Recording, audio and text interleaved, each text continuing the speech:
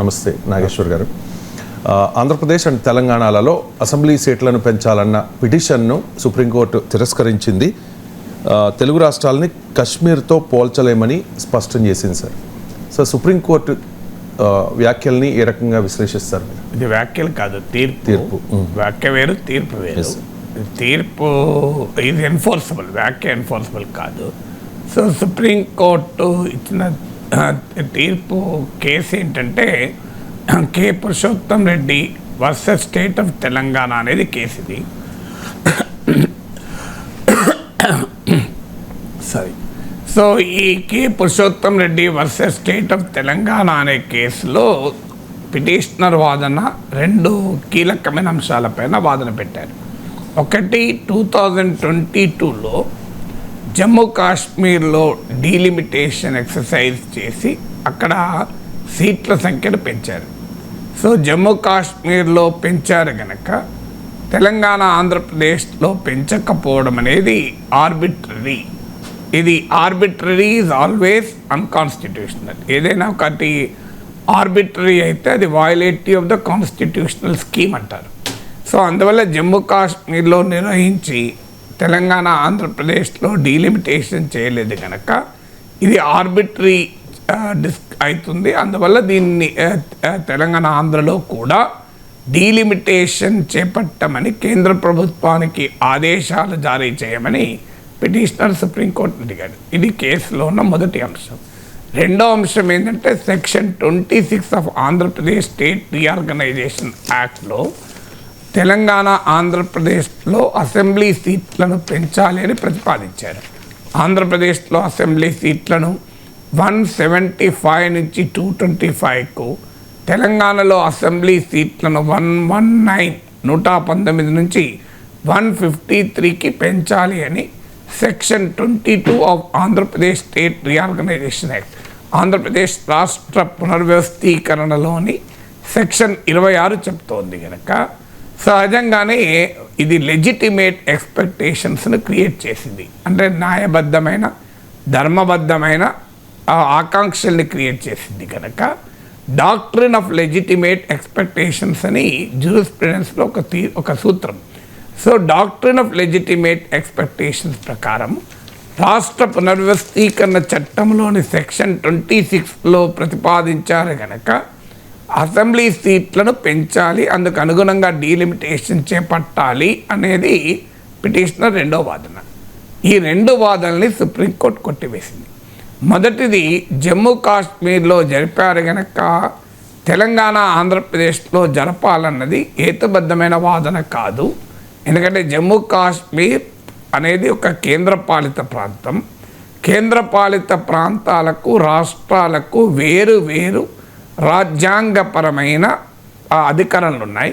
అంటే they fall in distinctly different constitutional domains. అందువల్ల ఒక కేంద్రపాలిత ప్రాంతమైన జమ్మూ కాశ్మీర్లో డీలిమిటేషన్ చేపట్టారు కనుక ఒక రాష్ట్రంలో డీలిమిటేషన్ చేపట్టాలనడం కరెక్ట్ కాదు. ఈ రెండు భిన్నమైన రాజ్యాంగ పరిధిలోకి వస్తాయి. They fall in distinctly different constitutional domains. ఉదాహరణకు కేంద్రపాలిత ప్రాంతాలను గవర్న్ చేసేది ఆర్టికల్ 239A. రాష్ట్రాలను గవర్న్ చేసేటువంటి కాన్స్టిట్యూషనల్ ప్రొవిజన్స్ వేరే గనక ఈ డిమాండ్ను గనక అంగీకరిస్తే, పిటిషనర్ డిమాండ్ అంగీకరిస్తే, it will open the flood gates for similar demands on parity. అంటే ఇతర రాష్ట్రాల నుంచి కూడా ఇదే రకమైన డిమాండ్లు వస్తాయి. This will destabilise the uniform electoral framework. అంటే దేశమంతటా ఒకే రకమైన ఎలక్టోరల్ ఫ్రేమ్వర్క్ ఉండాలి కనుక దాన్ని దెబ్బతీస్తుంది అన్నది సుప్రీంకోర్టు వాదన. సో అందువల్ల జమ్మూ కాశ్మీర్లో చేశారు గనక ఆంధ్రప్రదేశ్లో తెలంగాణలో చేయలేము అని గతంలో చేసిన వాదనను సుప్రీంకోర్టు కొట్టివేసింది. ఎందుకంటే జమ్మూ కాశ్మీర్ కేంద్రపాలిత ప్రాంతము అని గతంలో ఆజీ అబ్దుల్ గనీ Khan versus union of India కేసులో కూడా ఇచ్చిన తీర్పును పేర్కొంది. ఇక మరి ఎందుకు తెలంగాణ ఆంధ్రప్రదేశ్లో చేయకూడదు అంటే రాజ్యాంగంలోని ఆర్టికల్ 170 క్లాస్ 3 ఏం చెప్తోంది అంటే 2026 తర్వాత చేపట్టిన జనాభా లెక్కల ఆధారంగానే డీలిమిటేషన్ చేయాలి అని మనం గతంలో కూడా చాలాసార్లు చెప్పుకున్నాం దీన్ని. ఇది 1976లో మొదటిసారి లోక్సభ అసెంబ్లీ నియోజకవర్గాల సంఖ్య పైన ఫ్రీజ్ విధించారు. ఎందుకంటే జనాభా నియంత్రణ చేపట్టుతున్న రాష్ట్రాలు నష్టపోతాయి అనే డిమాండ్ ముందుకొచ్చినప్పుడు 76లో ఇందిరాగాంధీ ప్రభుత్వము 25 ఏళ్ల పాటు ఈ లోక్సభ అసెంబ్లీ సీట్ల పైన ఫ్రీజ్ విధించింది. ఆ తర్వాత ఇది 2001 తర్వాత మళ్ళీ చర్చకు వచ్చినప్పుడు అప్పటి అటల్ బిహారీ వాజ్పేయి ప్రభుత్వం కూడా దీనిపైన మరో 25 సంవత్సరాల ఫ్రీజ్ను ఎక్స్టెండ్ చేసింది. అలా 2026 వరకు భారత రాజ్యాంగంలోని ఆర్టికల్ 170 క్లాస్ 3లో 2026 వరకు కూడా ఫ్రీజ్ ఉంది. అంటే 2026 నాటి వరకు కూడా అసెంబ్లీ సీట్లను కానీ లోక్సభ సీట్లను కానీ పెంచకూడదు అని. సో అందువల్ల ఆర్టికల్ 170 క్లాస్ 3లో క్లియర్గా 2026 తర్వాత చేపట్టిన జనాభా లెక్కల ఆధారంగా మాత్రమే డీలిమిటేషన్ చేపట్టాలని ఉండగా, ఇప్పుడు ముందుగా తెలంగాణ ఆంధ్రప్రదేశ్లో డీలిమిటేషన్ సాధ్యం కాదు. ఇది ఈ ఆర్టికల్ 170 క్లాస్ 3 అనే నిబంధన రాష్ట్రాలకు వర్తిస్తుంది, కేంద్రపాలిత ప్రాంతాలకు కాదు. అందువల్ల జమ్మూ కాశ్మీర్లో చేశారు గనక ఇక్కడ చెయ్యాలి అనేటువంటి ఆర్గ్యుమెంట్, ఆంధ్రప్రదేశ్ తెలంగాణలో చేయాలన్న ఆర్గ్యుమెంట్ను సుప్రీంకోర్టు కొట్టేసింది. ఇక పిటిషనర్ రెండవ వాదన section 26 of Andhra Pradesh state reorganisation act, అలాగే డాక్ట్రిన్ ఆఫ్ లెజిటిమేట్ ఎక్స్పెక్టేషన్స్. నిజమే, సుప్రీంకోర్టు కూడా అంగీకరించింది. ఆ section 26 of the Andhra Pradesh state reorganisation యాక్ట్లో చెప్పిన మాట నిజం. సీట్లను ఆంధ్రప్రదేశ్లోను తెలంగాణలోనూ అసెంబ్లీ సీట్లను పెంచాలి అని ఉంది. కానీ ఇది సెల్ఫ్ ఎగ్జిక్యూటింగ్ మ్యాండేట్ కాదు. అంటే రాష్ట్ర పునర్వ్యవస్థీకరణ చట్టంలోని సెక్షన్ 26 డీలిమిటేషన్ చెయ్యమని ఆదేశాలు ఇవ్వడం లేదు. అందువల్ల it is not a self executing mandate. ఇది లెజిస్లేటివ్ ఫ్రేమ్వర్క్ను మాత్రమే సూచిస్తోంది. అందువల్ల ఈ section 26 of Andhra Pradesh state reorganisation యాక్ట్ను రాజ్యాంగంలోని ఆర్టికల్ 170ని కలిపి చదవాలి, విడివిడిగా చదవకూడదు అని సుప్రీంకోర్టు పేర్కొంటూ a plain and harmonious reading of statutory and constitutional provisions. Statute అంటే చట్టంలోని అంశాలను, రాజ్యాంగంలోని అంశాలను కలిపి చదివినప్పుడు, సమన్వయం చేసుకొని చదివినప్పుడు మాత్రమే న్యాయం చేయగలము అని. ఎందుకంటే ఆర్టికల్ 173కి సంబంధము లేకుండా section 26 of the Andhra Pradesh state reorganisation యాక్ట్ను చదవకూడదు. కారణం section 26 of Andhra Pradesh state reorganisation act is not a self executing mandate. అంటే తనంతట తానే ఆపరేట్ అయ్యే నిబంధన కాదు. అది subject to article 170 of the constitution. అంటే రాజ్యాంగంలోని 170 అధికరణకు లోబడి మాత్రమే ఉంటుంది. అందువల్ల రెండింటినీ సమన్వయం చేసి చదివినప్పుడు డీలిమిటేషన్ ప్రక్రియను 2026 తర్వాత వచ్చే జనాభా లెక్కల ఆధారంగా మాత్రమే చేయాలి అన్నది ఆంధ్రప్రదేశ్ తెలంగాణలకు కూడా వర్తిస్తుంది. అందువల్ల ఈ రెండింటిని కలిపి చదవాలి అనేది సుప్రీంకోర్టు ఇచ్చిన కీలకమైన తీర్పది. ఏ plane and harmonious reading of the legal statutory and constitutional provisions. It is నా ఇక్కడ కీలకమైన అంశం సెల్ఫ్ ఎగ్జిక్యూటింగ్ మ్యాండేట్ కాదు. It should be red subject to article 170 అని. ఇక దీని నుంచి వచ్చే next question doctrine of legitimate expectations. అంటే section 26 of Andhra Pradesh state reorganisation యాక్ట్లో పెట్టారు కనుక సాధారణంగానే తెలుగు రాష్ట్రాల ప్రజలకు అసెంబ్లీ సీట్లు పెరుగుతాయి అన్న ఒక ఆకాంక్షల్ని చట్టం కల్పించింది కనుక ఆ న్యాయబద్ధమైన ధర్మబద్ధమైన ఆకాంక్షల్ని నెరవేర్చాలి కదా అన్నది పిటిషనర్ తరఫున వచ్చిన వాదన.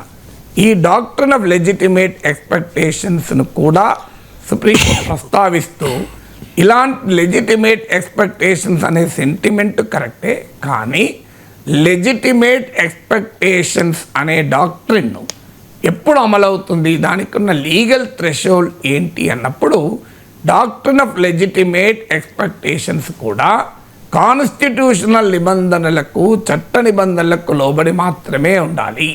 అంటే doctrine of legitimate expectations can only be invoked subject to the legality and constitutionality.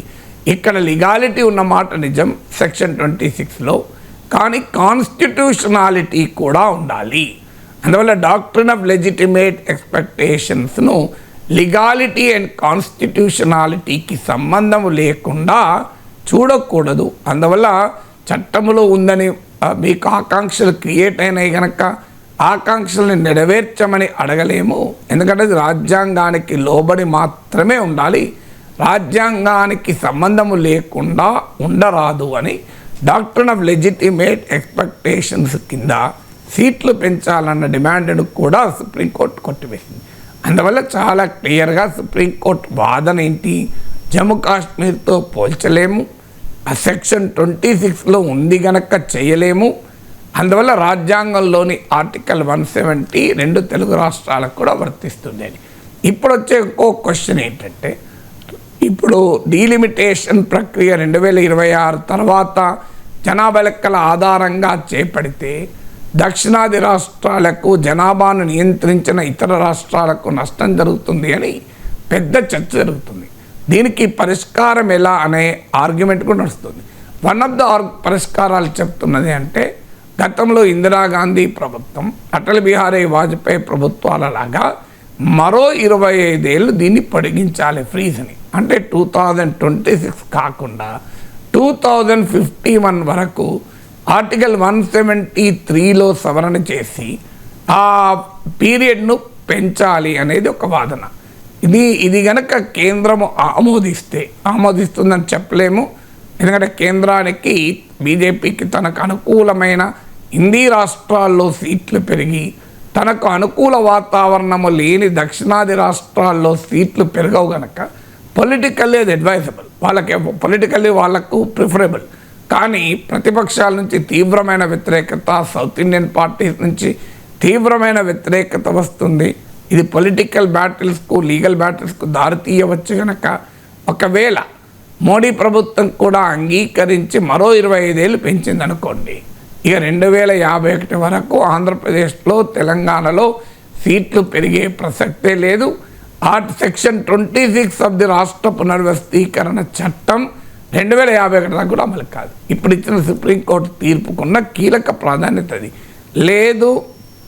2026తో ముగుస్తున్న article 170 class 3లోని delimitation పైన ఉన్న ఫ్రీజ్ కాస్త పోయి మళ్ళీ డీలిమిటేషన్ చేపడితే అప్పుడు ఆంధ్రప్రదేశ్లో 225కు, తెలంగాణలో 153కి అసెంబ్లీ సీట్లు పెరిగే అవకాశం ఉంటుంది.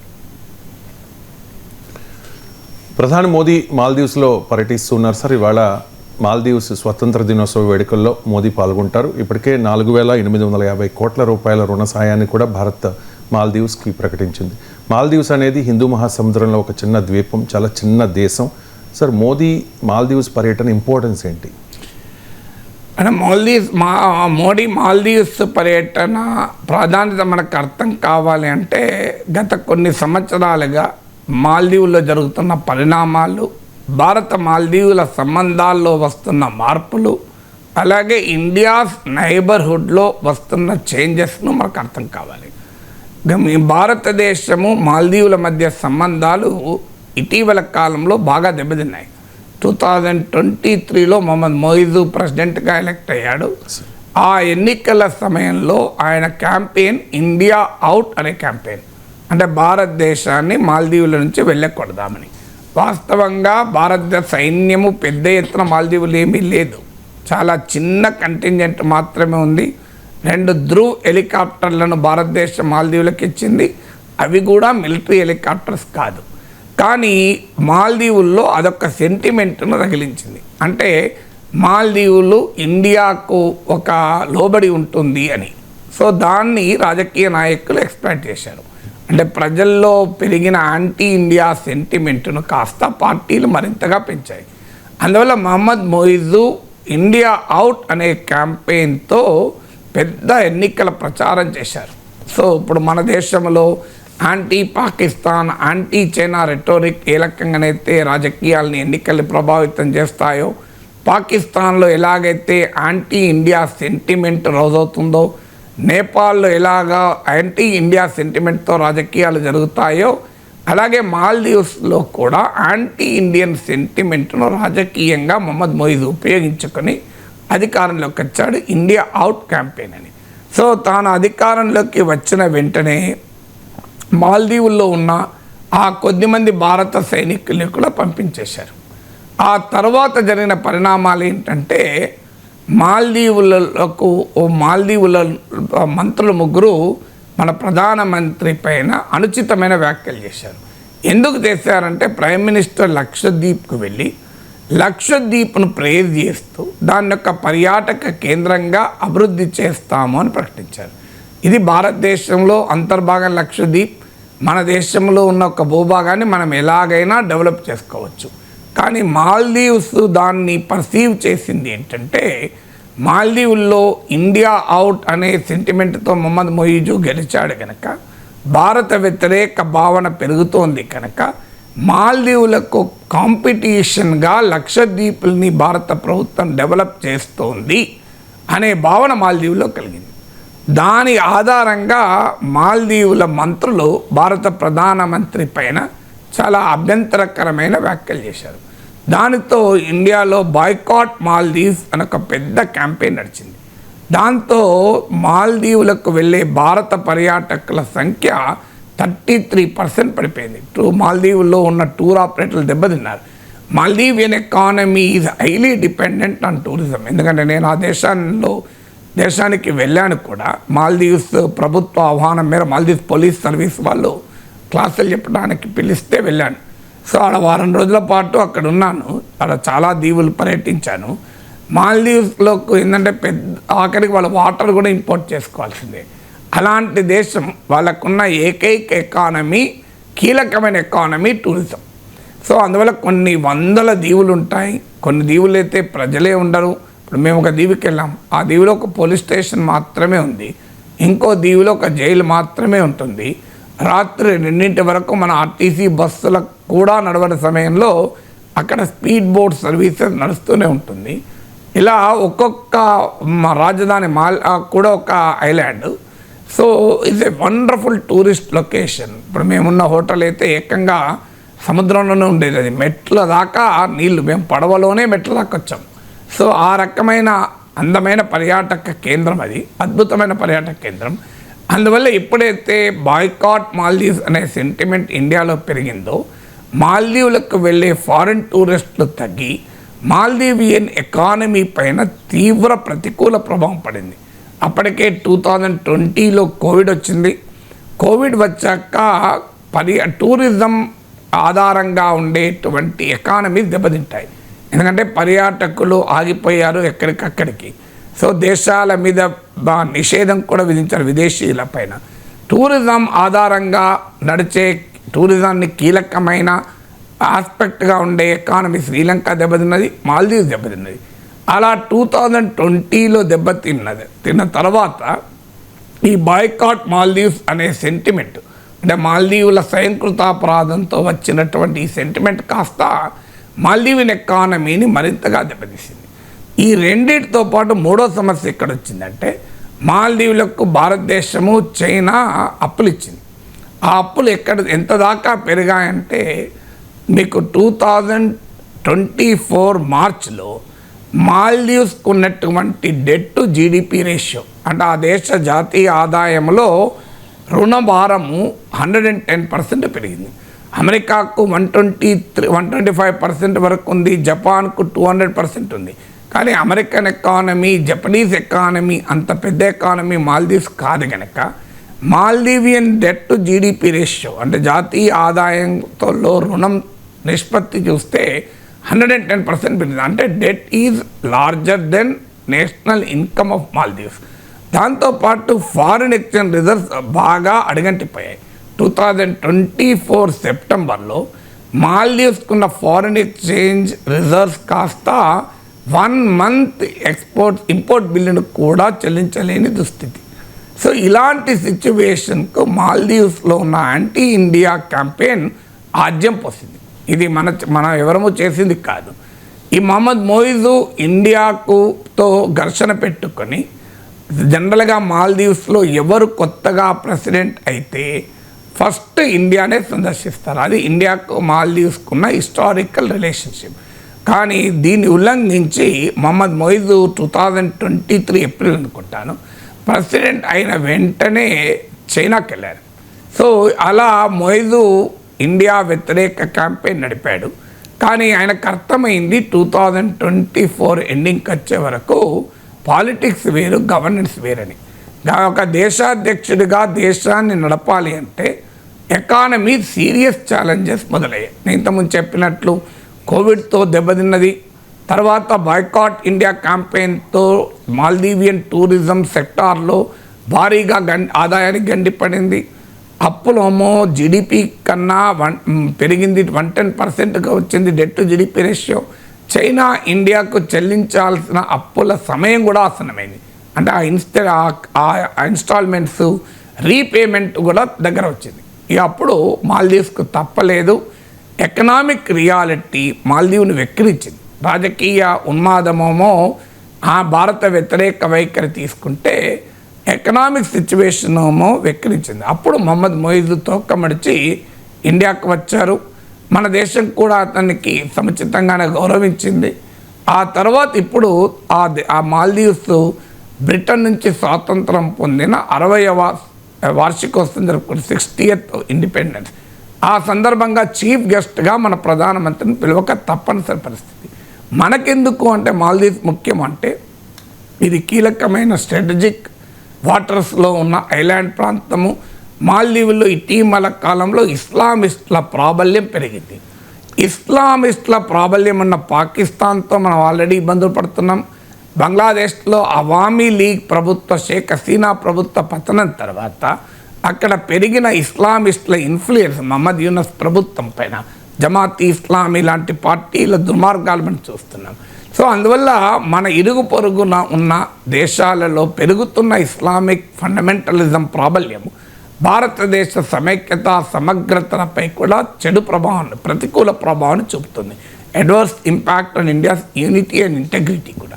అందువల్ల మాల్దీవ్స్లో స్టెబిలిటీ కావాలి, పీస్ కావాలి, ఇండియన్ ఇంట్రెస్ట్ కావాలి. ఇంకొక ముఖ్యమైన అంశం ఏంటంటే చైనా ఇన్ఫ్లుయెన్స్ మాల్దీవ్స్లో పెరుగుతోంది. ఇంతకుముందు చెప్పినట్లు సాధారణంగా మాల్దీవ్స్లో ఎవరు ప్రెసిడెంట్ అయినా ఈ 6 దశాబ్దాల పీరియడ్లో first state visit of Maldivian new president is to ఇండియాకే వస్తారు. కానీ మొయిజు కావాలని చైనాకు వెళ్ళాడు. సో ఈ చైనీస్ ఇన్ఫ్లుయెన్స్ కూడా మాల్దీవులో పెరుగుతుంది. దాన్ని కౌంటర్ చేయడం కూడా మన దేశానికి అవసరం.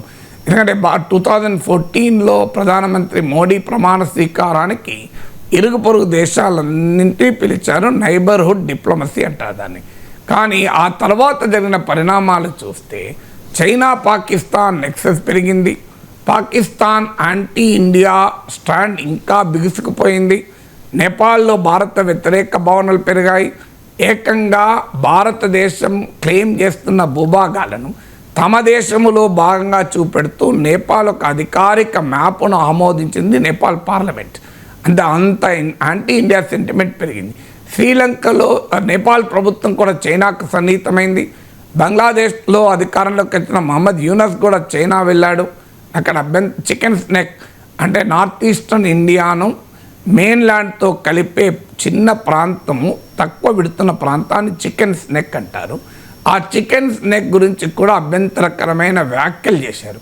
తర్వాత శ్రీలంకలో కూడా చైనీస్ ఇన్ఫ్లుయెన్స్ పెరిగింది. సో ఇలా శ్రీలంక, బంగ్లాదేశ్, పాకిస్తాన్, నేపాల్ ఇలా ఇరుగు పొరుగు దేశాలకు మాల్దీవ్స్ కూడా ఆడేది. అందువల్ల ఈ భారతదేశం చుట్టూ చైనీస్ ఇన్ఫ్లుయెన్స్ పెరగడానికి కూడా కౌంటర్ చేయాల్సిన అవసరం మనకు వచ్చింది.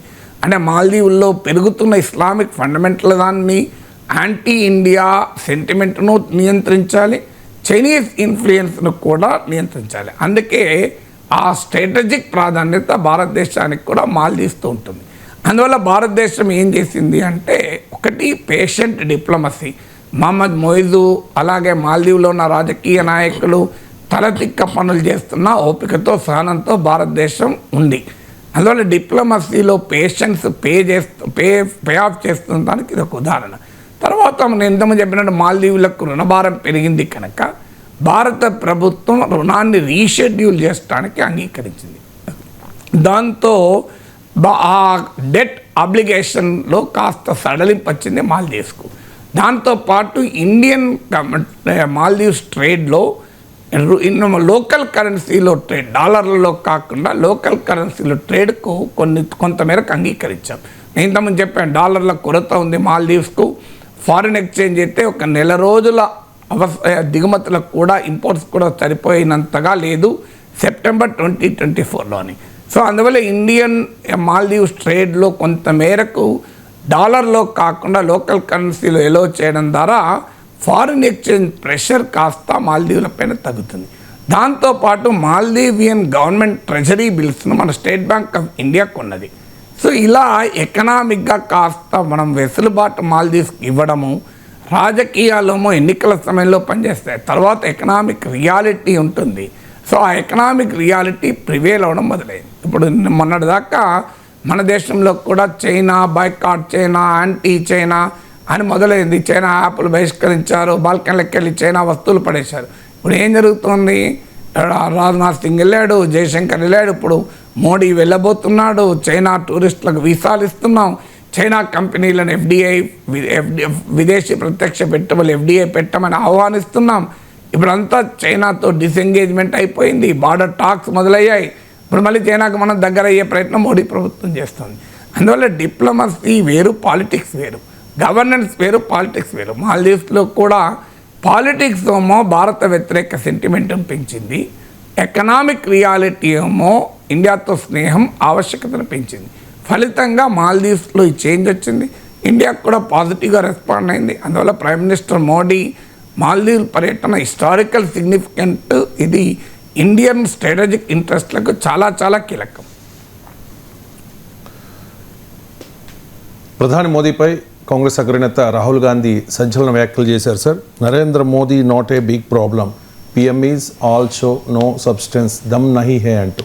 అంటే ప్రధానితో 2-3 సార్లు కలిసి కూర్చున్న తర్వాత మోదీ తనకు పెద్ద సమస్య కాదని, ఆయనలో దమ్ము లేదు అని చెప్పి రాహుల్ గాంధీ చాలా అగ్రెసివ్గా కామెంట్ చేశారు సార్. ఏంటి సార్, మోదీకి దమ్ము లేదా? రాహుల్ వ్యాఖ్యల్లో అంతర్యం? ఇప్పుడు రాహుల్ గాంధీ 2 సార్లు దగ్గర కూర్చొని దమ్ము లేదని కనుగొన్నాడు, డిస్కవర్ చేశాడు. నేను మోడీ గారితో పక్కన ఒక్కసారి కూడా కూర్చోలేదు. ఒక్కసారి కూడా కూర్చోనప్పుడు ఏ రకంగా చెప్పగలుగుతాను? ప్రధానమంత్రి నరేంద్ర మోడీ ఇంటర్వ్యూను అడుగుతున్నాను నా యూట్యూబ్ ఛానల్కు. నిజంగానే ఆ ఇంటర్వ్యూ కనుక నాకు అనుమతి వస్తే 1 గంట సేపు పక్కన కూర్చుంటాను కనుక మోడీ దమ్ము ఏంటో నాకు అర్థమవుతుంది, రాహుల్ గాంధీకి అర్థం కాని దమ్ము నాకు అర్థమవుతుంది. ఇక దమ్ము కొలవటానికి ఏ కొలబద్ద లేదు, దమ్ముందో లేదో అనటానికి మనకు థర్మామీటర్, బారోమీటర్, స్పిగ్మా మానోమీటర్ ఇలాంటి అనేక మీటర్లు ఉంటాయి. మనకు టెంపరేచర్ని కొలవడానికి థర్మామీటర్ ఉంటుంది, వర్షపాతాన్ని కొలవడానికి బారోమీటర్ అనుకుంటాను, మీకు భూకంప తీవ్రత కొట్టడానికి స్పిగ్మా మానోమీటర్ అనుకుంటాను. చిన్నప్పుడు స్కూల్లో చదువుకున్నట్టు గుర్తు 50 ఏళ్ల క్రితం. So subject memory loss. So ఇక ఇలా రకరకాల మీటర్లు ఉంటాయి. సో లేదు, కొన్ని డయాగ్నాస్టిక్ టెస్ట్ ఉంటాయి, అల్ట్రాసౌండ్లు, ECGలు, CT స్కాన్లు. కానీ దమ్ము తెలుసుకోవడానికి ఏ మీటరు లేదు, ఏ డయాగ్నాస్టిక్ టెస్ట్ లేదు, రాహుల్ గాంధీ ఏది జరపలేదు. అందువల్ల మోడీకి దమ్ముందా లేదా అనటానికి 11 ఏళ్ళ రాజకీయాలు చూస్తే అర్థమవుతుంది. దేశంలో అత్యంత popular prime minister. So Rahul గాంధీకి పెద్ద ఇష్యూ లేదు, షోనే సబ్స్టెన్స్ లేదు అని అనిపించవచ్చు. సబ్స్టెన్స్ ఉందా లేదా అనేది రిజల్ట్ని బట్టి కదా చెప్పేది. వీడికి ఎంత తెలివి లేదు, వాడికి పెద్దగా తెలివి లేదమ్మా, వాడు అసలు బుర్రే లేదు, కానీ వాడికి మార్కులు ఎందుకు వస్తున్నాయని దానికి ఎవడేం చేస్తాడు? ఇప్పుడు చైనాలో మావో టైంలో ఒక అతను ఉండే, నేను కరెక్టు, నా సిద్ధాంతం కరెక్టు, నాకే దమ్ముంది అని ఇండైరెక్ట్గా, దమ్మున్న పదం వాడలే కానీ నేను కరెక్టు, నా సిద్ధాంతం కరెక్ట్, ఈ ప్రజలకు మెదలేదు, మావో ఎంబడి వెళ్తున్నారన్నాడు. రాహుల్ గాంధీ వాదన కూడా అలాగే ఉంది. నేను కరెక్టు, నా గొప్పతనం కరెక్టు, నాకే దమ్మున్నది, మోడీకి ఏం దమ్ము లేదు, మోడీకి ఎంత లోపల హాలో అంటారు. కానీ ప్రజలు మోడీని ఎన్నుకుంటారు కదా, రాహుల్ గాంధీ ఎన్నుకుంటలేరు కదా. సో ప్రజాస్వామ్యంలో ప్రజలే దమ్మున్న నేతను డిసైడ్ చేస్తారు. సో ఎవరు సెల్ఫ్ క్లెయిమ్స్ నాకు దమ్ము ఎక్కువ ఉంది, నీకు దమ్ము ఎక్కువ ఉంది అంటే కాదు కదా. ప్రజల లెక్క నేను చాలా గొప్పగా విశ్లేషిస్తాను, నన్ను మించిన విశ్లేషకులు లేటని నేను చెప్పుకుంటే సరిపోదు. నాకు యూట్యూబ్లో వ్యూస్ వస్తున్నాయా లేవా అనేది చూస్తే అర్థమవుతుంది నా విశ్లేషణలో దమ్ము ఉందో లేదో. నా విశ్లేషణలో బ్రహ్మాండమైన దమ్ముంది, ఈ చూసేవాడికి దమ్ము లేక వ్యూస్ వస్తలేవాటి ఎట్లా. సో నా విశ్లేషణ దమ్ము ఉంటే చూస్తారు జనం, చూస్తున్నారా లేదా అన్న దాన్ని బట్టే దమ్ము ఉంటుంది. కొంతమంది యూట్యూబర్లు మాట్లాడుతుంటారు, నాకు వ్యూస్ కొరకు కాదు, సబ్స్క్రైబర్ల కొరకు కాదు, దేని కొరకు కాదు. మరి దేని కొరకు ఉంటుంది? వ్యూస్ కొరకు కాదు, సబ్స్క్రైబర్ల కొరకు కాకపోతే యూట్యూబ్లో దేనికి పెడతాం, పల్లెగా పెడతాం వీడియోలు. సో ఇలా మనం మాట్లాడుకుంటే ఉపయోగం లేదు. అల్టిమేట్గా రియాలిటీ ఏంటి? Reality prime minister every election గెలుస్తున్నాడు. ఇప్పుడు దమ్ముకు గీట్రా ఏంటి? రాజకీయ నాయకునికి దమ్ము రాజకీయ ఫలితాలే కదా, వేరేది కాదు కదా. గీట్రాయ్ ఎలక్షన్స్. సో 2014, 2019, 2024 వరుసగా 3 ఎన్నికలు గెలిచారు. అఫ్కోర్స్ లీనియర్ ప్రోగ్రెషన్ ఎప్పుడు ఉండదు, హెచ్చుతగ్గులు ఆటోమేటిక్గా ఉంటాయి. సో అందువల్ల మీకు 2014తో పోలిస్తే 19లో పెరిగాయి, 24లో తగ్గిన మాట నిజం. 63 సీట్లు తగ్గాయి, 240. 303 సీట్లు 303 నుంచి 240కి తగ్గాయి కనుక దమ్ము లేదనలేము, ఏమనంటే దమ్ము తగ్గింది అనాలి. కానీ కాంగ్రెస్కు 99 సీట్సే వచ్చాయి కనుక కాంగ్రెస్తో పోలిస్తే 2.5 రెట్లు ఎక్కువ దమ్ము ఉన్నట్టే కదా.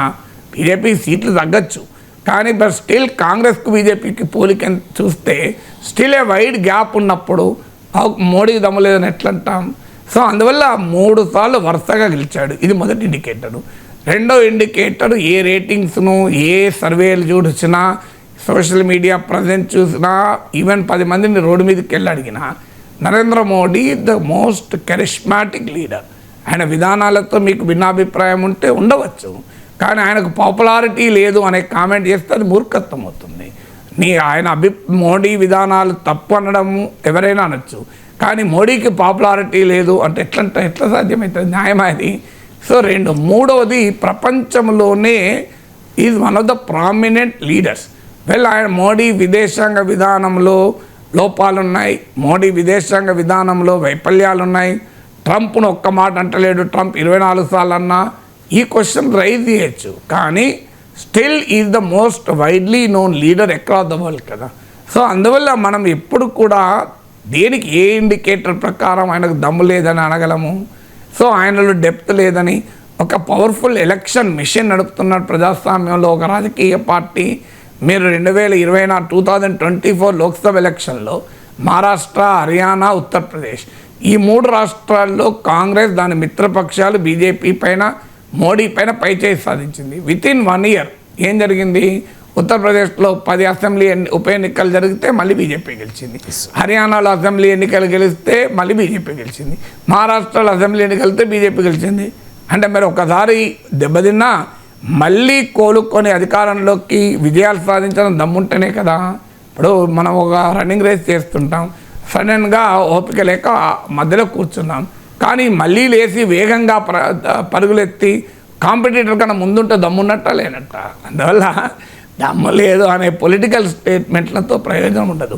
ప్రజాస్వామ్యంలో ఒక నాయకుడికి దమ్ముందా లేదా తేల్చేది ప్రజలే. ప్రజలు తేల్చిన వాడికే దమ్మున్నట్లు కదా. ఇక రాజ్యాంగంలోని సెక్యులర్ అండ్ సోషలిస్ట్ పదాలను తొలగించే యోచన కేంద్రానికి లేదు అని చెప్పి కేంద్ర న్యాయమంత్రి అర్జున్ రామ్ మేఘ్వాల్ స్పష్టం చేశారు.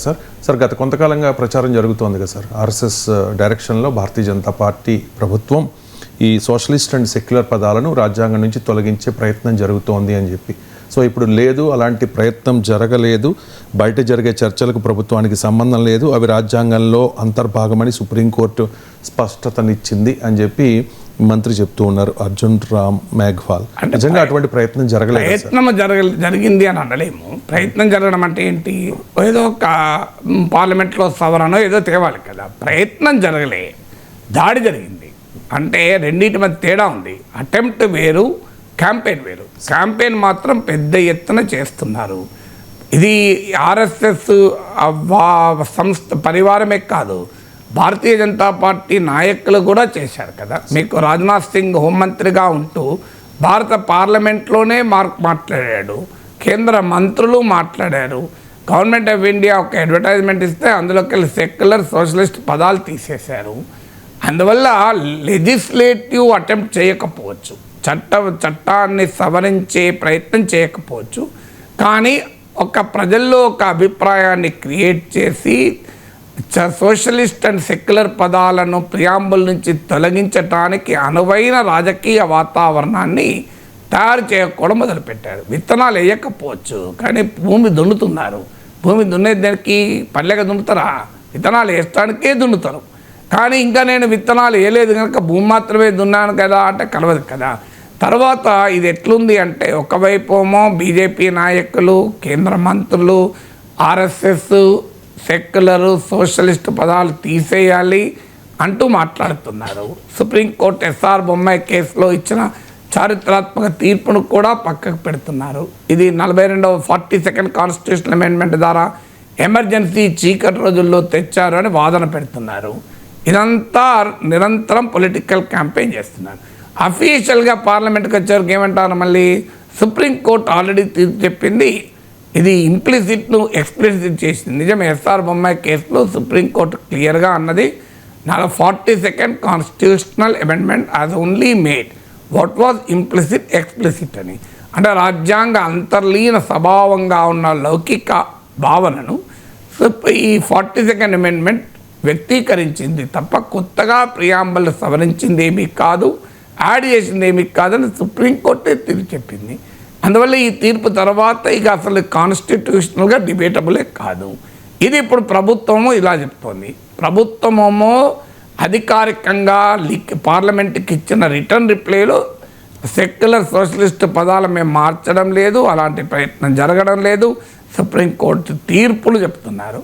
పొలిటికల్గానేమో మంత్రులతో సహా రోజు సెక్యులర్ సోషల్ పదాలు తీసేయాలంటున్నారు. దీన్ని ఎలా అర్థం చేసుకోవాలి?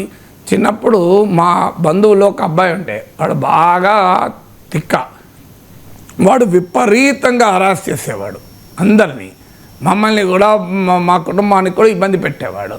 ఒకసారి మా నాన్న నాకు పిలిచి చెప్పాడు, అరే ఇవాళ వాళ్ళు వస్తున్నారు మా బంధువులు, వాళ్ళ అబ్బాయి కూడా వాడు వస్తున్నాడు, నువ్వు వాణ్ణి చితక బాదురా, నేను వద్దంటుంటా, కోప్పడుతుంటా నేను. అరే ఏంద్రా మన ఇంటికి చుట్టాలు వస్తారు, ఇంటికి వచ్చిన బంధువుని అట్లా అంటావురా, నేను తిడుతుంటా, నేను తిట్టినప్పుడల్లా 4 ఎక్కువ కొట్టు నువ్వు అని మా నాన్న నాకు మ్యాండేట్ ఇస్తే వాడు వచ్చాడు.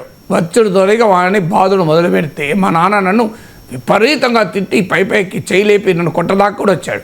ఏంద్రా మెదడుందారా, బుద్ధి ఉందారా నీకు, అసలు ఇంటికి బంధువు వస్తే బంధువులను ఇలాగా గౌరవించేదని. నేను కొట్టుడు వాడిని. ఆఖరికి వాడిని చితక వాళ్ళ మా బంధువులు, ఏం పిల్లవాడండి మీరు చెప్పినా ఇంటలేరంటే ఏం చేయాలండి, వాళ్ళ పిల్లలతో తయారయ్యారు, మనం తింటున్నారా అని మా నాన్న అన్నాడు. అంటే మా నాన్నకు చెడ్డ పేరు రాకుండా మా నాన్న గౌరవాన్ని కాపాడుతూ మా నాన్న కోరికను నేను తీర్చాను. ఆ రకంగా ఇప్పుడు బీజేపీ ఆర్ఎస్ఎస్ డిమాండ్ చేయడం, గవర్నమెంట్ రిటర్న్ రిప్లై కూడా సరిగ్గా అలాగే ఉంది. అంటే పార్లమెంట్లోమో ఒక రకమైన ఎక్స్ప్లెనేషన్ ఇస్తారు, మేము సెక్యులర్ సోషలిస్ట్ పదాలు తీసేయడం ఆ ఉద్దేశం కాదని. రియల్గానేమో రోజు క్యాంపెయిన్ చేస్తారు. అంటే అర్థం ఏంటి? నేను చెప్పిన ఉదాహరణ, మా నాన్న కోరిక ఏంటి, ఇక్కడ కోరిక సెక్యులర్ సోషల్ పదాలు తీసేయాలని, పైకి మాత్రం ఏంటి గౌరవాన్ని కాపాడుకుంటున్నాను, చచ్చ అలాంటి ఆలోచనే లేదు అని అంటున్నారు. So this is nothing but పొలిటికల్గా చేసే ఒక గారడి, రాజకీయ గారడి అనొచ్చు.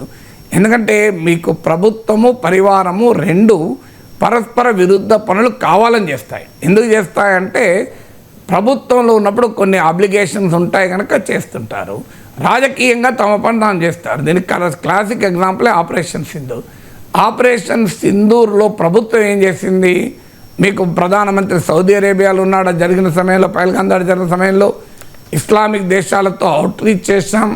మన పార్లమెంట్ ఎంపీల డెలిగేషన్లు ఇస్లామిక్ కంట్రీస్ కూడా వెళ్ళాయి. మల్టీ పార్టీ డెలిగేషన్లో ఎంఐఎం నాయకుడు అసదుద్దీన్ ఓవైసీ కూడా ఉన్నాడు. అదేమో సెక్యులర్ కార్యక్రమంగా ఇండియన్ డిప్లొమసీని సెక్యులర్గా ప్రజెంట్ చేశారు. లోపల ఏం చేశారు? మళ్ళీ బీజేపీ మంత్రులు నాయకులు కల్నల్ సోఫియా ఖురేషీ తీవ్రవాదుల మతానికి చెందినదని ఆమె మీద అటాక్ చేయడం మొదలుపెట్టారు. అది కూడా మధ్యప్రదేశ్లో మంత్రి, ఆయన పైన ఇంతవరకు బీజేపీ ఏ చర్య తీసుకోలేదు. సుప్రీంకోర్టు తీవ్రంగా అభిశంసించింది కానీ బీజేపీ ఒక్క చర్య తీసుకోలేదు. మరి డిప్లొమసీలోమో సెక్యులర్, పాలిటిక్స్లోమో కమ్యూనల్, ఇది మన కళ్ళ ముందు జరిగినటువంటి తతంగమే కదా ఆపరేషన్ సింధూర్. అలాగే మీకు గమనించండి, బీజేపీ దాని పరివారమేమో అప్పటిదాకా ఇప్పటి వరకు కూడా చైనా వ్యతిరేక క్యాంపెయిన్. ఎవరన్నా బీజేపీని ప్రశ్నిస్తే మీ చైనా ఏజెంటు అంటారు. ఇప్పుడు నా కింద కూడా కామెంట్లు ఇస్తారు చైనేశ్వర్ అని. కానీ ఇప్పుడు ప్రభుత్వం ఏం చేస్తుంది? మోడీ ప్రభుత్వం, రాజ్నాథ్ సింగ్ వెళ్ళాడు, జయశంకర్ వెళ్ళాడు, ఇప్పుడు మోడీ వెళ్ళబోతున్నాడు. సైన్యాన్ని డిసెంగేజ్మెంట్ చేశారు, చైనా టూరిస్టులకు వీసాలు ఇస్తున్నారు, ఎకనామిక్ సర్వేలో చైనా ఎఫ్డీఐని పెంచాలంటున్నారు, చైనాతో ట్రేడ్ ఈ 11 ఏళ్లలో చరిత్రలో ఎన్నడూ లేనంతగా పెంచారు. అన్ని ప్రో చైనా విధానాలు చేస్తున్నారు. పైకి మాత్రం ఏమంటున్నారు? యాంటీ చైనా, పాలిటిక్స్ కొరకు యాంటీ చైనా, గవర్నెన్స్లో ప్రో చైనా. పాలిటిక్స్ కొరకేమో communal campaign colonel Sofiya Qureshi పైన, గవర్నెన్స్లో ఏమో సెక్యులర్ డిప్లొమసీ. ఇది కూడా అంతే. పాలిటిక్స్ ఏమో రోజు సెక్యులర్ సోషలిస్ట్ పదాలు, రాజ్యాంగం నుంచి తొలగిలాను క్యాంపెయిన్. అధికారికంగా మాత్రం లేదు అలాంటి ఆలోచన లేదు. ఎందుకు ఇలా చేస్తారు అంటే ప్రజల్లో రాజకీయ వాతావరణాన్ని క్రియేట్ చేయాలి. ఒక కుక్కను చంపాలంటే మొదలు అది పిచ్చి కుక్క అని ముద్ర వేయాలి. లేకపోతే ఎనిమల్ లవర్స్ సంఘాలు వస్తాయి, ధర్నాలు చేస్తారు, ప్రభుత్వాలు ఆ సంస్థలు ఇదేంది ఇలా జంతువులు హింసించవచ్చా అని అంటారు అని. అందువల్ల ఆ కుక్కను సమాజము పిచ్చి కుక్కగా భావించి ఇంకా ఎప్పుడు చంపుతారని ప్రజలే అడిగేంత వరకు ఈ క్యాంపెయిన్ నడుపుతారు. ఇప్పుడు సెక్యులర్ సోషలిస్ట్ అనే పదాలపైన తీవ్రమైన విద్వేషాన్ని సమాజంలో రగిలించి అప్పుడు డ్రాప్ చేస్తారు. అప్పటిదాకా మాకు అలాంటి ఉద్దేశమే లేదు, మేము ఎందుకు డ్రాప్ చేస్తాం, అసలు అది మా ప్లాన్లోనే లేదు, ఆ ప్రయత్నం కూడా మేము చేయడం లేదంటూ పార్లమెంట్కు రిటర్న్ రిప్లైస్ ఇస్తుంటారు. బీహార్లో ఎలక్షన్ కమిషన్ ఆఫ్ ఇండియా నిర్వహించిన స్పెషల్ ఇంటెన్సివ్ రివిజన్కు వ్యతిరేకంగా ఈ నవంబర్లో జరిగే అసెంబ్లీ ఎన్నికలను బహిష్కరించే యోచనలో ఆర్జేడీ ఉన్నట్లుగా తేజస్వి యాదవ్ ప్రకటించారు. ఏంటి సార్, అసెంబ్లీ ఎన్నికల్ని ఆర్జేడీ బహిష్కరిస్తుందా? ఈ ఎస్ఐఆర్ వల్ల నష్టం ఏంటి? ఆర్జేడీ అభ్యంతరాలు ఏంటి? ఎస్ఐఆర్ వల్ల నష్టం అని చాలా వివరంగా ఇదివరకే చాలాసార్లు మాట్లాడాను.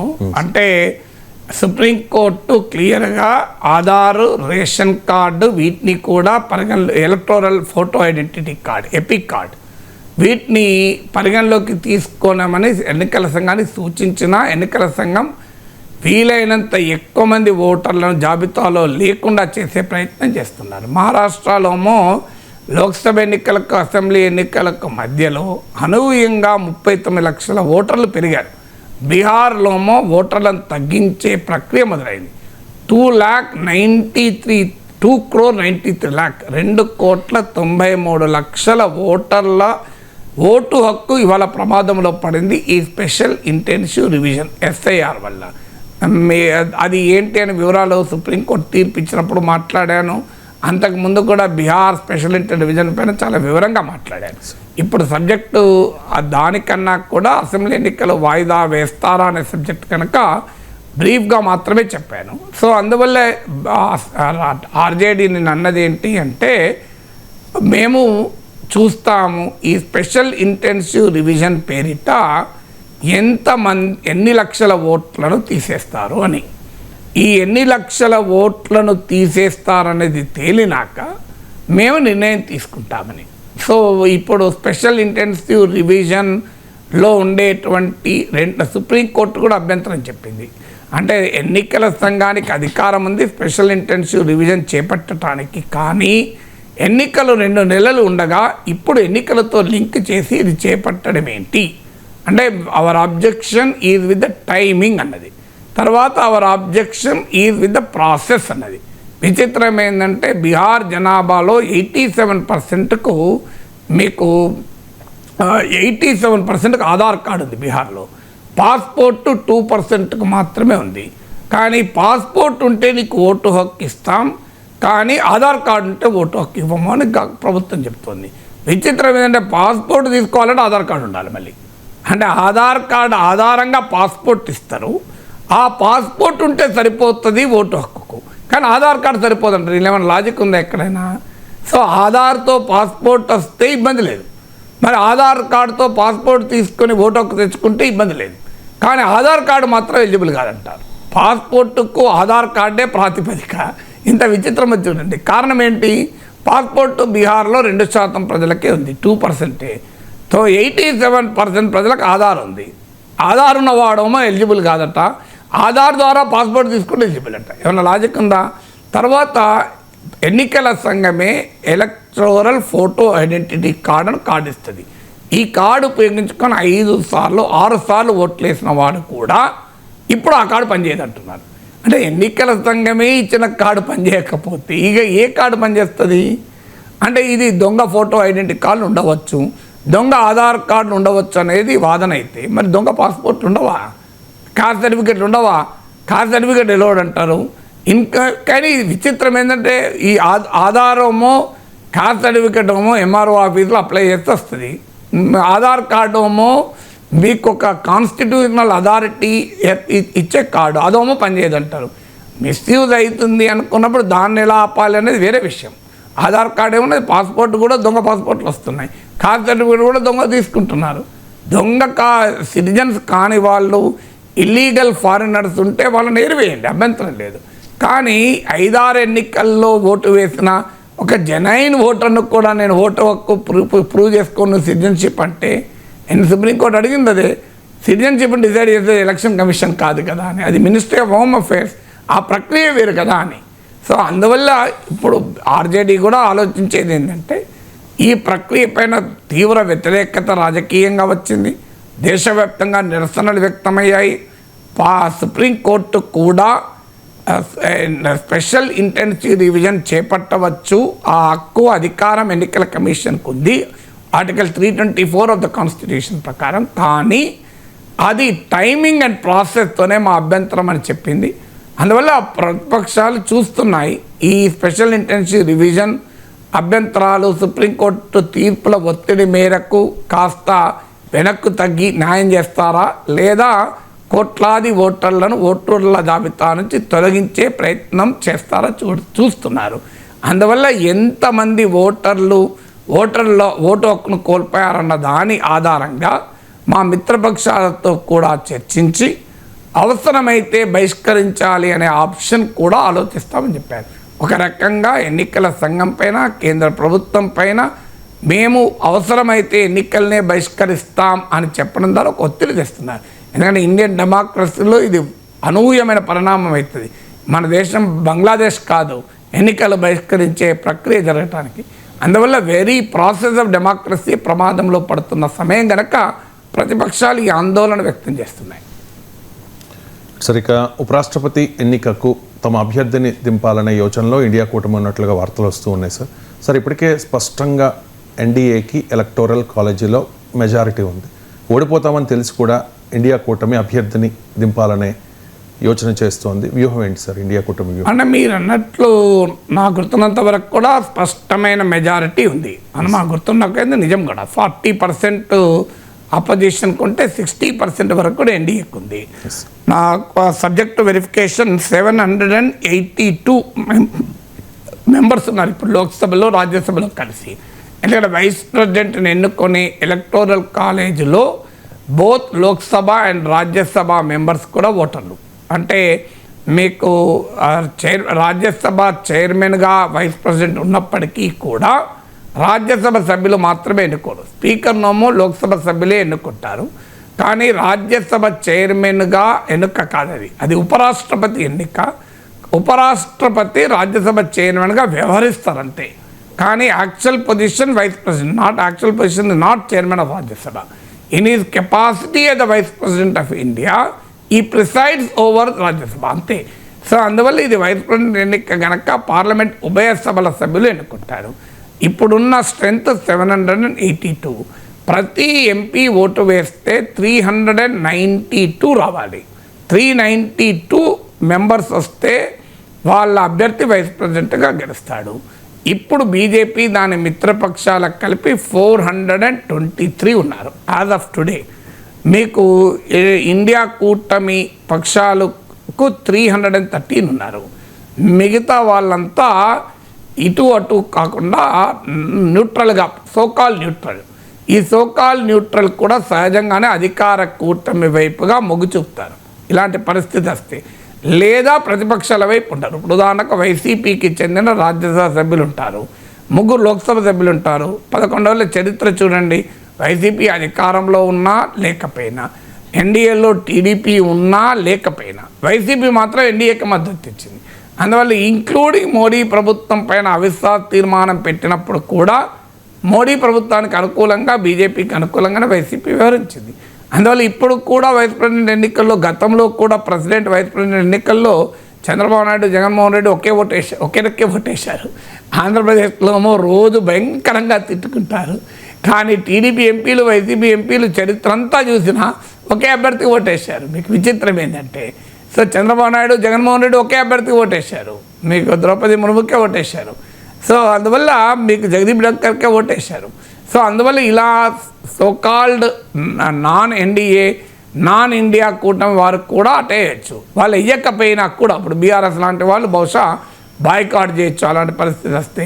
లాస్ట్ టైం ఏమో ఇండియా కూటమి అభ్యర్థికి మద్దతు ఇచ్చారు, కానీ ఈసారి ఇవ్వకపోతే న్యూట్రల్గానే ఉండవచ్చు. కానీ ఏదున్నా క్లియర్గా 423 మెంబర్ల మద్దతు ఎన్డీఏకు స్వయాన ఉంది. సో అందువల్ల ఎట్టి పరిస్థితుల్లో ఎన్డీఏ అభ్యర్థి గెలుస్తాడు. అయినా ఎందుకు పోటీ చేస్తున్నారంటే, ఒకటి సబ్స్టాన్షియల్ నెంబర్స్ అపోజిషన్ కూడా ఉంది.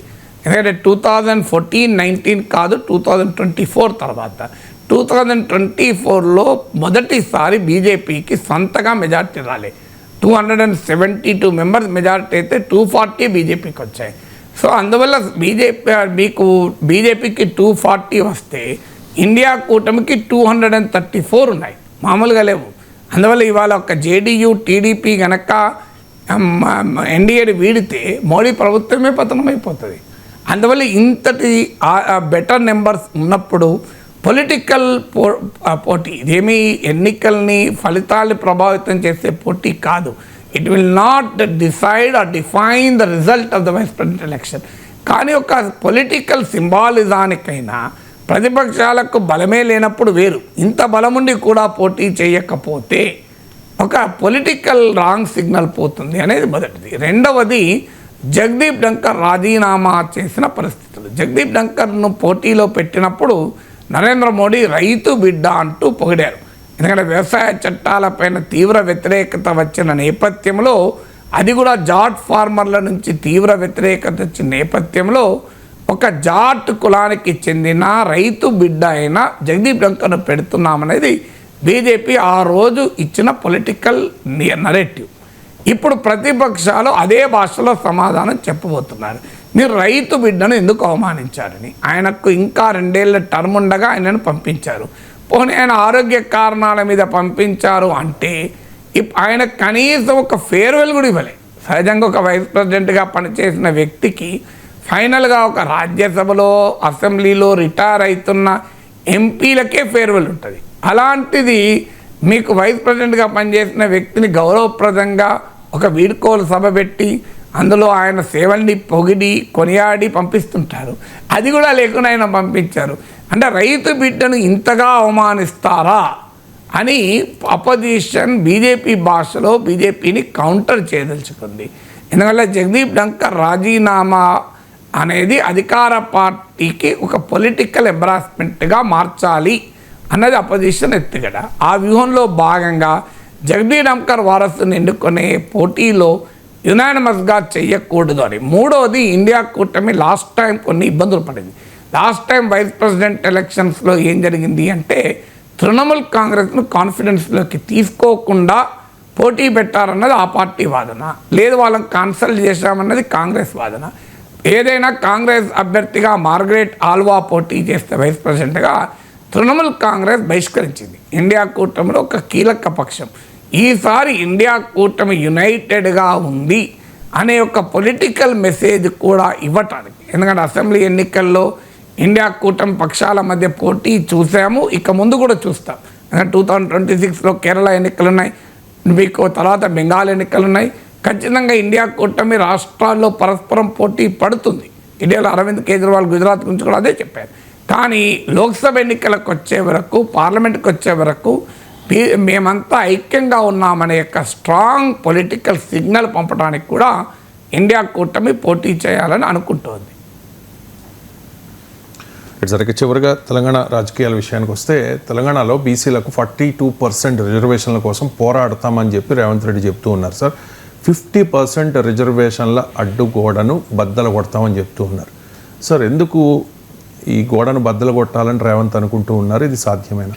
రేవంత్ అనుకుంటే సాధ్యం కాదు, రాహుల్ గాంధీ అనుకుంటే కూడా సాధ్యం కాదు. కానీ రేవంత్ అనుకోవడం కాదు, ఇది రేవంత్ రెడ్డి ఏదో ఒక్కడే చెప్తున్నాడు అనుకుంటే అది చాలా పొరపాటు. అది కాంగ్రెస్ పార్టీ వైఖరి. మీకు ఎన్నికల్లో 2024 లోక్సభ ఎన్నికల్లో కూడా రాహుల్ గాంధీ ఇదే ప్రచారం చేశారు కదా, మేము ఈ రిజర్వేషన్ల పైన ఉన్న 50% సీలింగ్ను ఎత్తివేస్తాము అని.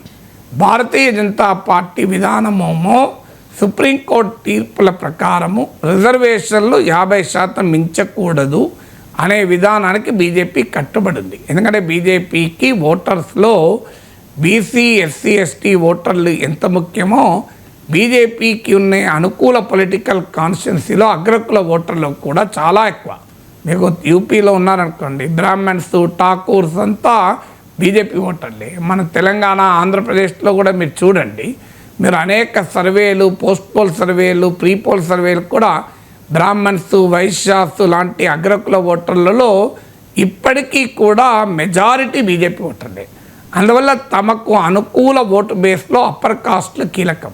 వాస్తవంగా ఇంక్లూజివ్ హిందుత్వాన్ని బీజేపీ మోడీ కాలంలో అవుట్ రీచ్ సామాజిక అణగారిన వర్గాల పట్ల చేపట్టక ముందు భారతీయ జనతా పార్టీ పైన విమర్శ కూడా ఏంటంటే ఇది బ్రాహ్మణ్ బనియా పార్టీ అని. సో అందువల్ల బ్రాహ్మణ్ బనియా ఇలా అప్పర్ కాస్ట్ సెక్షన్స్ అనేది బీజేపీ స్ట్రాంగ్ ఓట్ బేస్. అందువల్ల తమ ఓటర్ బేస్ల మధ్య బ్యాలెన్స్ చేస్తానికి బీజేపీ రిజర్వేషన్లను 50% మించకూడదన్నది ఆ పార్టీ విధానం.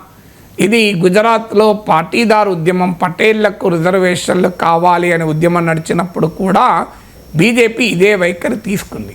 సో ఈ వైఖరి తీసుకున్నది కనుకనే వాస్తవంగా పటేళ్లు చాలా పెద్ద బీజేపీ ఓటర్ సెగ్మెంట్ అయినా కూడా ధైర్యంగా గుజరాత్లో ఆ వైఖరి తీసుకుంది. అన్నీ చెప్పి రిజర్వేషన్లతో రాజకీయాలు బీజేపీ చేయదా అంటే చేస్తుంది. మహారాష్ట్రలో మరాఠా రాజకీయ రిజర్వేషన్లతో ఫడ్నవీస్ ప్రభుత్వం చేయలేదా రాజకీయం. కానీ తమ ఎలక్టోరల్ కాన్స్టిట్యున్సీలో సిగ్నిఫికెంట్ అప్పర్ కాస్ట్ ఓటర్స్ ఉన్నారు కనుక ఆ ఓటర్లను ఏలినేట్ చేసుకోకూడదు, దూరం చేసుకోకూడదు కనుక బీజేపీ 50% మించకూడదన్న సుప్రీంకోర్టు తీర్పును గట్టిగా సమర్థిస్తుంది.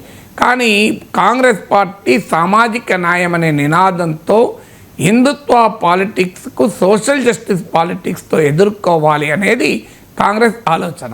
ఎందుకంటే ఇది సక్సెస్ఫుల్గా యూపీ, బీహార్ లాంటి రాష్ట్రాల్లో మందిర్ పాలిటిక్స్ను, కమండల్ పాలిటిక్స్ను, మండల్ పాలిటిక్స్ ఎదుర్కోగలిగింది.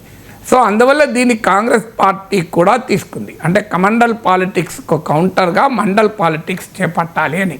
సో ఇది మండల్ 2.0లో భాగంగా సామాజిక న్యాయం అన్నారు.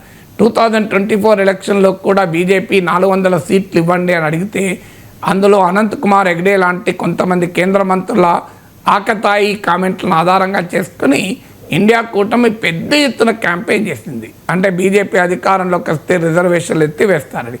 దాని ఫలితాలు కూడా యూపీ లాంటి రాష్ట్రాల్లో బ్రహ్మాండంగా పొందారు. బీజేపీ కన్నా సమాజ్వాదీ పార్టీకి ఎక్కువ సీట్లు వచ్చాయి. సో అందువల్ల 2024 ఎలక్షన్స్లో కాంగ్రెస్ వ్యూహము ఇండియా కూటమి ఫలించింది కూడా. అందుకొరకు 50% పరిమితిని ఎత్తివేయాలన్నది కాంగ్రెస్ వైఖరి. అది సుప్రీంకోర్టు స్పష్టంగా to balance between competing constitutional provisions the reservation should not exceed 50%. Indira Sahani చారిత్రాత్మక తీర్పులో, ఇందిరా సహాని కేసులో సుప్రీంకోర్టు పేర్కొంది. Unless special case is made out అనే ఒక ఎగ్జంప్షన్ కూడా ఇచ్చింది. సో అందువల్ల రాజ్యాంగపరమైన అంశాల కన్నా రాజకీయపరమైన అంశాల కారణంగా 50% గోడ ఉండాలని బీజేపీ, ఆ గోడను బద్దలు కొట్టాలన్నది కాంగ్రెస్ విధానం. Thank you so much sir.